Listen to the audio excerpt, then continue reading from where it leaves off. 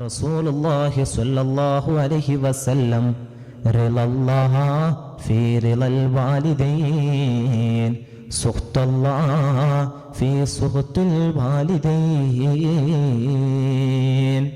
ഇൽമു ഉമ്മത്ത മുഹമ്മദിൻ സ്വല്ലല്ലാഹു അലൈഹി വസല്ലം. എൻ്റെ ശബ്ദം ശ്രവിക്കുന്നവരെ, അല്ലാഹു തആല ഈ പവിത്രവും പരിഭാവനവുമായ മജ്ലിസിൽ ഒരുമിച്ച് കൂടിയതിനെ ഒരു സ്വാലിഹായ അമലായി സ്വീകരിക്കുമാറാകട്ടെ. ഇതേപോലെ നാളെ അവൻ്റെ സ്വർഗത്തിൽ ഒരുമിച്ച് കൂടാൻ അല്ലാഹു നമുക്ക് തൗഫീഖ് നൽകി അനുഗ്രഹിക്കുമാറാകട്ടെ. ആമീൻ യാ റബ്ബൽ ആലമീൻ. എൻ്റെ പ്രിയപ്പെട്ട സഹോദരങ്ങളെ, ആമുഖമൊന്നുമില്ലാതെ വിഷയത്തിലേക്ക് കടക്കുകയാണ്. 14 നൂറ്റാണ്ടുകൾക്ക് മുൻപ് അള്ളാഹുവിൻ്റെ പ്രവാചകന് സ്വല്ലല്ലാഹു അലൈഹി വസല്ലമ തങ്ങളുടെ പ്രിയപ്പെട്ട സ്വഹാബിയായ സയ്യിദ് ഇബ്നു അസ്ലം റളിയല്ലാഹു അൻഹു എന്നവര് ഒരിക്കൽ സ്വഹാബത്തിനോട് ചോദിച്ചു, സ്വഹാബ, നമ്മുടെ ഉമ്മ നമ്മളെ എത്ര കാലമാണ് ഗർഭം ചുമന്നിട്ടുള്ളത്? അവരൊക്കെ പറഞ്ഞു 9.5 മാസമാണെന്ന്. ഉടൻ തന്നെ സയ്യിദ് ഇബ്നു അസ്ലം തങ്ങൾ ചോദിച്ചു, നമ്മുടെ വാപ്പ നമ്മളെ എത്ര മാസമാ ഗർഭം ചുമന്നത്? അപ്പൊ സ്വഹാബത്തൊക്കെ അങ്ങോട്ട് ചിരിക്കാൻ തുടങ്ങി. എന്താണ് സയ്യിദ് ഇബ്നു അസ്ലം തങ്ങളെ നിങ്ങളീ പറയുന്നത്? വാപ്പ പ്രസവിക്കോ? ആ സമയത്ത് സയ്യിദ് ഇബ്നു അസ്ലം തങ്ങൾ പറഞ്ഞ ചിന്താർഹമായ ഒരു മറുപടിയുണ്ട്. നമുക്ക് ഏകദേശം ഒരു വകതിരിവ് എത്തുന്നത് വരെ, നമുക്കൊരു ജോലിയാകുന്നത് വരെ നമ്മുടെ എല്ലാ ഭാരങ്ങളും ചുമക്കുന്നത് വാപ്പയാണ്. അതുകൊണ്ടാണ് ഞാൻ നിങ്ങളോട് വാപ്പ എത്ര കാലമാണ് നമ്മൾ ഗർഭം ചുമക്കുന്നതെന്ന് ചോദിച്ചത്. അള്ളാന്റെ റസൂൽ സല്ലല്ലാഹു അലൈഹി വസല്ലമ തങ്ങൾ കുട്ടിയായിരുന്ന കാലഘട്ടത്ത് ആമിന ബീവി റളിയല്ലാഹു അൻഹ തൊട്ടിൽ റസൂലുള്ളാഹിനെ ഇങ്ങനെ ആട്ടിക്കൊടുക്കുമ്പോ വളരെ വിഷമത്തോടുകൂടി അള്ളാന്റെ റസൂലിന്റെ മുഖത്ത് നോക്കി ആമിന ബീവി പറഞ്ഞ ഒരു കാര്യമുണ്ട്, മോനെ, ഇത് കാണാൻ, നിന്നെ കാണാൻ നിന്റെ വാപ്പ ജീവിച്ചിരിക്കുന്നില്ലല്ലോ എന്ന് ആമിന ബീവി കണ്ണീരോടുകൂടി റസൂലുള്ളാഹി തങ്ങളോട് പറഞ്ഞൊരു കാര്യമുണ്ട്. നമ്മുടെ ആധുനിക കാലഘട്ടത്തെ ചില മക്കളെ പ്രത്യേകത എന്തെന്ന് വെച്ചാ, മാതാവിന് എല്ലാവിധത്തിലുള്ള സേവനം ചെയ്തു കൊടുക്കും, ഇടക്കിടക്ക് കവിളിൽ മുത്തം കൊടുക്കും, ഉമ്മാന്റെ വായിൽ ഭക്ഷണം വാരി വെച്ചു കൊടുക്കും, ഒക്കെ ഉമ്മാക്ക് എല്ലതും ചെയ്തു കൊടുക്കും. എന്നാലേ വാപ്പയോട് ജസ്റ്റ് ഒന്ന് സുഖമാണോ എന്ന് ചോദിക്കാൻ പോലും നമ്മുടെ മക്കളിൽ പലരും മടി കാണിക്കുന്ന ഒരു കാലഘട്ടമാണ്. എൻ്റെ പ്രിയപ്പെട്ട സഹോദരങ്ങളെ, നിനക്ക് വാപ്പയുടെ വില എന്തെന്നറിയോ? ആദരവാകുന്ന ഹബീബാകുന്ന പ്രവാചകൻ നബി മുഹമ്മദ് മുസ്തഫ സ്വല്ലല്ലാഹു അലൈഹി വസല്ലമ തങ്ങളെ അവിടെന്ന് പറയുന്നു, സ്വഹാബ, നിങ്ങൾക്ക് വാപ്പയുടെ വില എന്തെന്നറിയുമോ? അൽ വാലിദു ഔസതു അബ്വാബിൽ ജന്ന. വാപ്പ എന്നത് സ്വർഗത്തിന്റെ മധ്യ കവാടമാണെന്നാണ് റസൂലുള്ള പഠിപ്പിക്കുന്നത്.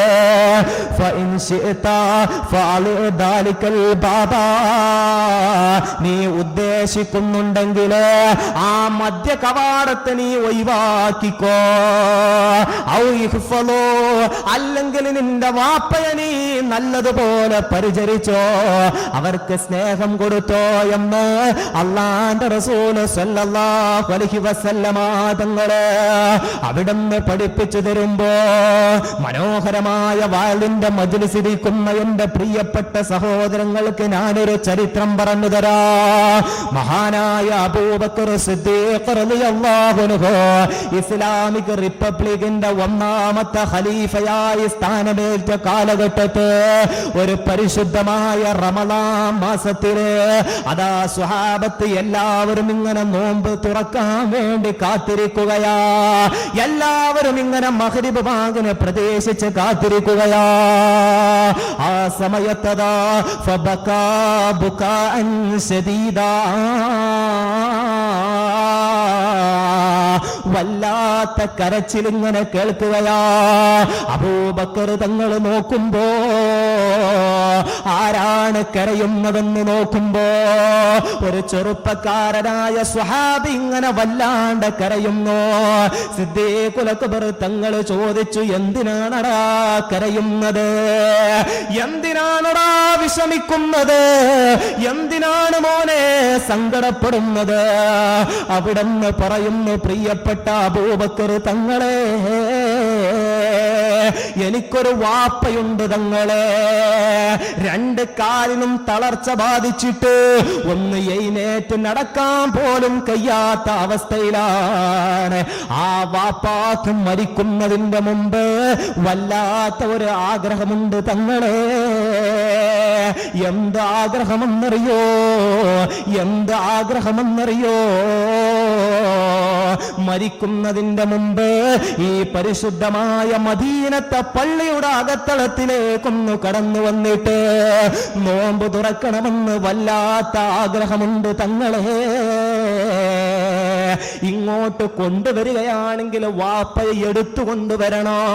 ഞാനെങ്ങാനും എന്റെ വാപ്പയെ തോളിൽ ചുമന്നുകൊണ്ട് ഇങ്ങോട്ട് കടന്നു വന്നാൽ ആളുകൾ എന്നെ കളിയാക്കുമോ എന്ന് ആലോചിച്ചിട്ടാണ് കൊണ്ടുവരാൻ മടിക്കുന്നതെന്ന് പറയുമ്പോ ഉടൻ തന്നെ സിദ്ദീഖുൽ അക്ബർ തങ്ങൾ പറയുന്നു, കൊണ്ടുവാ മോനെ, നിന്റെ പ്രിയപ്പെട്ട വാപ്പാനെ കൊണ്ടുവാടാ.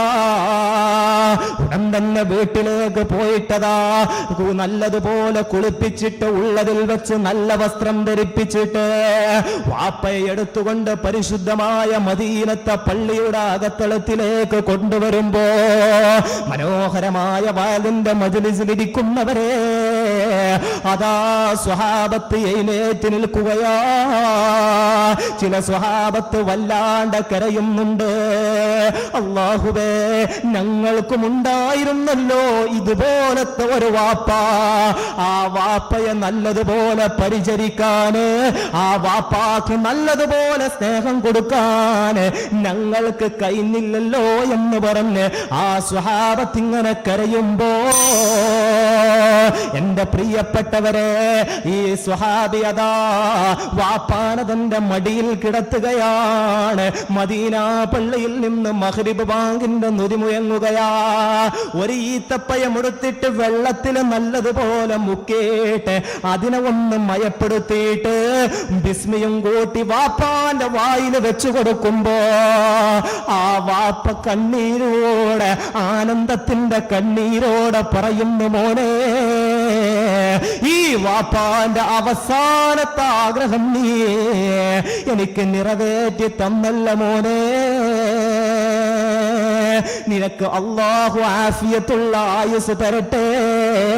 നീ മരിക്കുന്ന സമയത്ത് മലക്കുകൾ നിന്റെ മയ്യത്ത് കുളിപ്പിക്കുന്ന, നിന്റെ മയ്യത്ത് കഫൻ ചെയ്യുന്ന, നിന്റെ മയ്യത്ത് നമസ്കരിക്കുന്ന മലക്കുകൾ നിന്റെ മയ്യത്തെടുത്ത് 6 അടി മണ്ണാകുന്ന ഖബറിലേക്ക് വെക്കുന്ന ജനാസയായിട്ട് നിന്റെ മയ്യത്ത് മാറട്ടെ എന്ന് ഈ വാപ്പ ദുആ ചെയ്തിട്ട് ലോകത്തിൽ നിന്ന് വിട പറയുകയാ. ചരിത്രമെടുത്തു നോക്കടാ ചെറുപ്പക്കാരാ. അവസാനം ഈ സ്വഹാബി മരിക്കുന്ന സമയത്ത് മലക്കുകൾ മയ്യത്ത് കുളിപ്പിക്കുകയാണ്. മലക്കുകളുടെ അകമ്പടിയോടുകൂടി എല്ലാ കർമ്മങ്ങളും ചെയ്തു എന്ന് പറയുമ്പോൾ, അതുകൊണ്ട് എന്റെ പ്രിയപ്പെട്ടവരെ, നമ്മുടെ വാപ്പ കൊണ്ട വെയിലാണ് നാം കൊള്ളുന്ന തണലെന്ന് നമ്മൾ മറന്നു പോകണ്ട. നമ്മുടെ വാപ്പ കൊണ്ട മഴയാണ് നാം കൊള്ളുന്ന കുളിരെന്ന് മറന്നു പോകല്ല. അല്ലാഹു നമ്മുടെ ജീവിച്ചിരിക്കുന്ന വാപ്പമാർക്ക് ആഫിയത്തുള്ള ആയുസ് കൊടുക്കട്ടെ.